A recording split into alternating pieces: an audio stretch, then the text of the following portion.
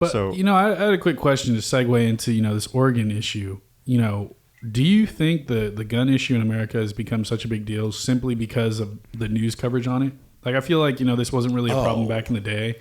And now because $100,000. also $1 psychological, billion%. But again, you look at it and it's like, now they're over here sensationalizing it doesn't help. Yeah, when you have the media talking about like these protests and all this kind of stuff, you are like pushing people to fear others, and then they are like, I need to get guns, which is why there's millions of people across America who are now getting firearms and they never had firearms. And which would happen in Oregon, where they basically were changing the laws where you needed a permit to even buy a gun, which is obviously limiting your Second Amendment, and all different kinds of laws that they recently passed that are now getting challenged. I mean, you had immediately in Oregon people go out and be like, I'm buying as many guns as I can because I may not be able to have this in my state anymore.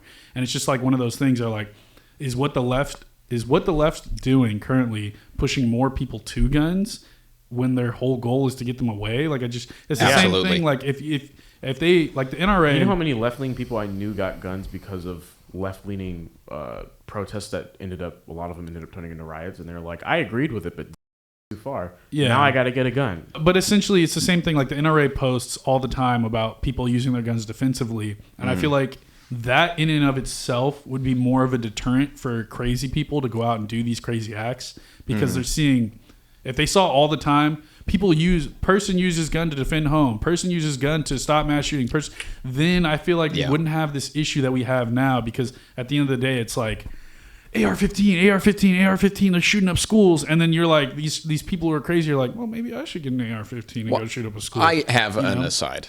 I did a 6-month research project on the psychology of school shooters and like the history of gun violence in the United States as individuals towards external victims instead of like inter-gang conflict.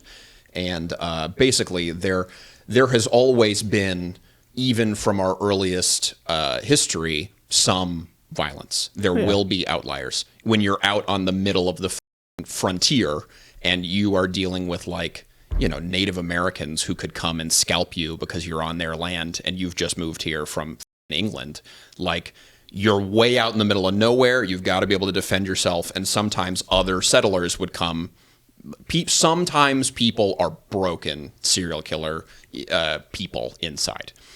Sometimes if you don't have access to weaponry, there was a horrific bombing of a school in like the 1890s or like early 1900s, killed like 36 children and a couple teachers. This one dude just had access to fertilizer and did a horrific act, right? You don't need firearms to do terrible.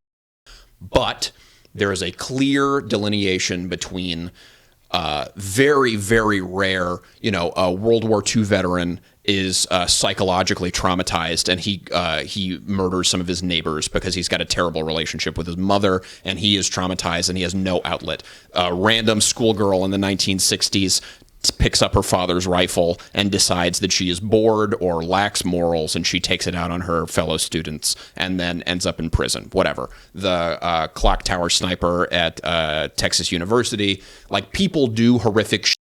And then Columbine happens, and the news cycle really, really romanticized the Columbine shooters and spent so much time looking at the families in anguish and footage of the paramedics and the bodies and the body bags. So now suddenly Columbine happens, and they read the manifestos of the shooters who were like, we're edgy assholes. When you give them a voice, what they're looking for is that exact attention. They're looking for a voice. And now, I mean, I'm not saying video games cause this shit, because it's not the case. People who say that are stupid. But when you're giving people the greatest mass shooting in the United States with the most casual, there's a leaderboard. And psychos who want to cause pain and suffering because they are isolated or they have no emotional state, they're numb, and they want attention or they want to be remembered because they're nihilists. Who's the most famous person in the world to this day, 100 years after the fact? Adolf Hitler, because he orchestrated the killing of millions of people. People want to be remembered, and it's way easier to be remembered for something heinous than it is to create something.